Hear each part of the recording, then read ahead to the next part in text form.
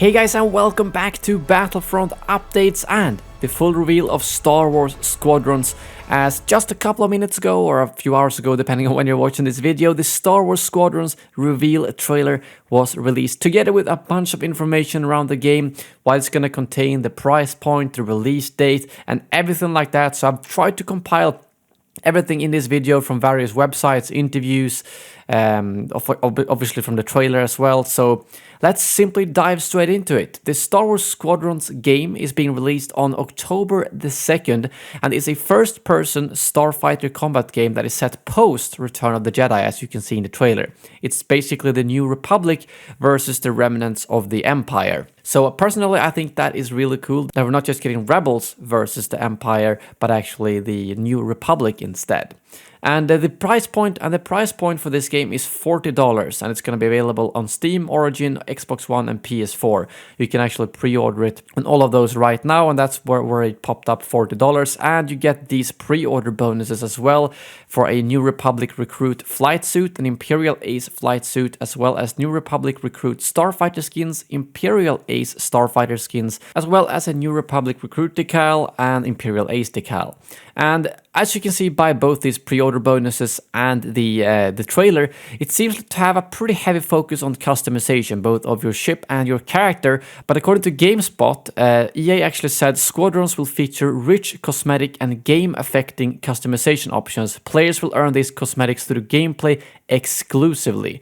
So I don't think there's going to be any MTX in this game, and they might have learned a lesson from Battlefront 2, but to be fair, I wouldn't really have been too much against cosmetics costing, but if we can get all of them for free and no MTX at all, that's obviously the best for the actual game. And I have no idea if this is going to be the type of game they release. It's out, and then they're going to move on to the next one, or if it's going to be a long-term live service game. I don't think it's going to be a live service game, but that's obviously way too early to tell. So what about the actual gameplay, other than the fact that it's a first-person starfighter game set post-Return of the Jedi? Well, first of all, these are the ships that we can see, I think, both in the actual trailer and in the pre-order bonuses. The A-Wing, X-Wing, Y-Wing, and U-Wing for the Republic, or the New Republic, and the TIE Fighter, Interceptor, Bomber, and TIE Reaper for the Imperial side. There could be more ships, but these are the main four that we see in the trailer as well as in the pre-order bonuses. As for the single-player story, this is what they say on StarWars.com. Star Wars Squadrons will also feature a single-player story that brings to life events following the Battle of Endor when the Rebel Alliance has successfully destroyed the second Death Star.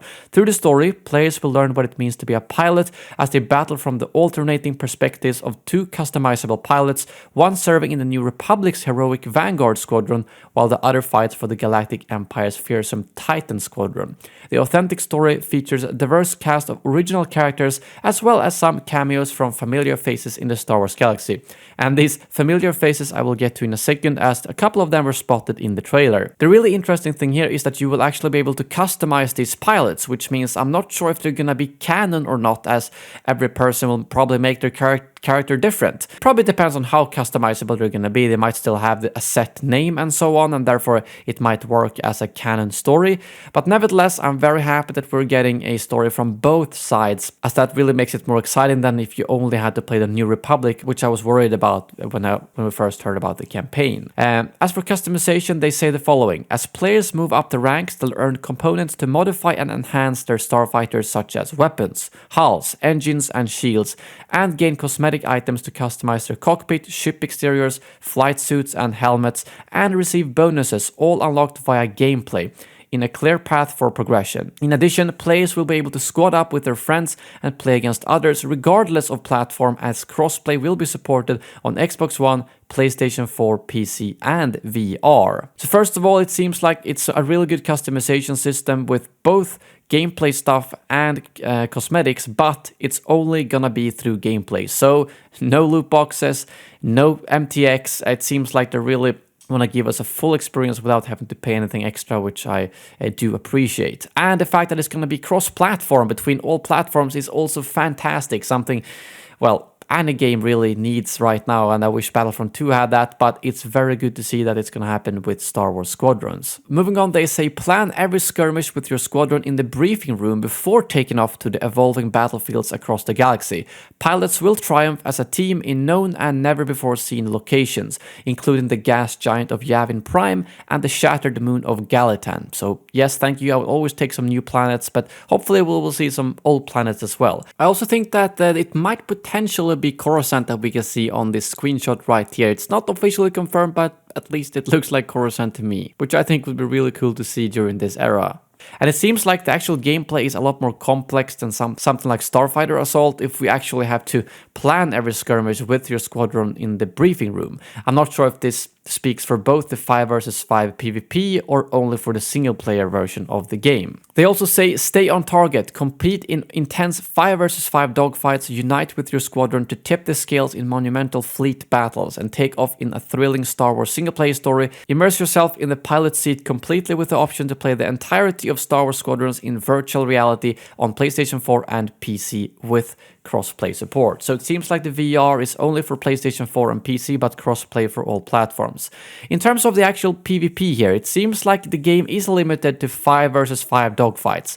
I'm not sure if it's 100% confirmed, but based on all the information I've seen, the press releases and so on, it's mainly focused on 5 vs 5 dogfights, but that there will be AI ships to fill out the battles. And I mean, they're talking about fleet battles here. A fleet battle isn't 5 vs 5, and at the end of the trailer we also see, well, 5 vs 5 squads going straight at each other, but then Star Destroyers and capital ships in the background. So it seems like it's gonna be very limited to the amount of players, but that the actual scale of the battles will be larger thanks to AI and the capital ships. As for some things found in the trailer, while we're talking about familiar faces, both Wedge Antilles and Hera Syndulla has been spotted in the trailer. It's really nice to see some of those familiar faces that might pop up during the single-player story, as I really loved, for instance, when Saw Gerrera popped up in the Fallen Order campaign, so hopefully it's going to be stuff like that.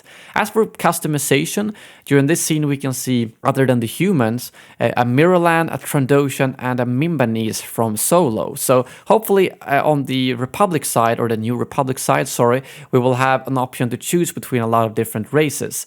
But as for the Imperial side, it seems like it's only humans, which I guess they kind of have to stick to. And lastly, also I wanted to say that the gameplay reveal for this game is going to be on June 18th during EA Play Live at 4 p.m. Pacific time. Unfortunately, I will probably be away at that time, both because it's in the middle of the night here and because of Midsummer celebration, so I will most likely not be able to make a video on the gameplay stuff right away, but I'll have some social stuff out, as well as maybe make a community post. But other than that, I think those are all the details we currently have on this game.